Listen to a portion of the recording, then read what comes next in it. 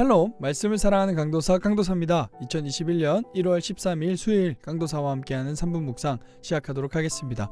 오늘의 본문은 누가복음 5장 12절부터 26절까지의 말씀입니다. 먼저 묵상 도입 보도록 하겠습니다. 본 단락은 하나님께 속한 권위를 예수님이 실행하신 두 사건을 포함합니다.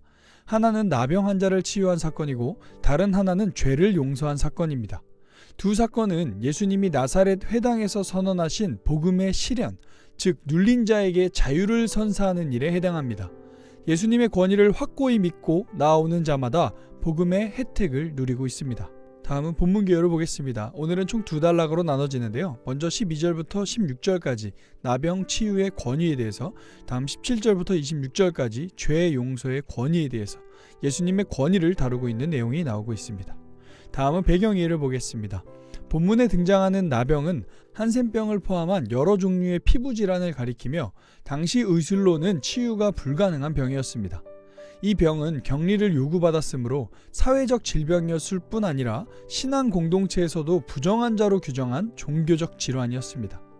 당시 사람들은 이 병을 하나님의 형벌로 여겼고 이에 그들은 사회와 공동체로부터 완전히 제외되었습니다. 그래서 나병 환자는 사회와 공동체로부터 완전히 제외되었습니다.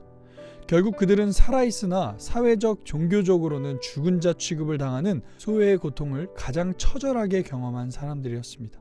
지금부터는 잠깐 화면을 멈추시고 하나님의 말씀을 여러분이 먼저 만나시고 그리고 다시 묵상 포인트로 오면 좋을 것 같습니다.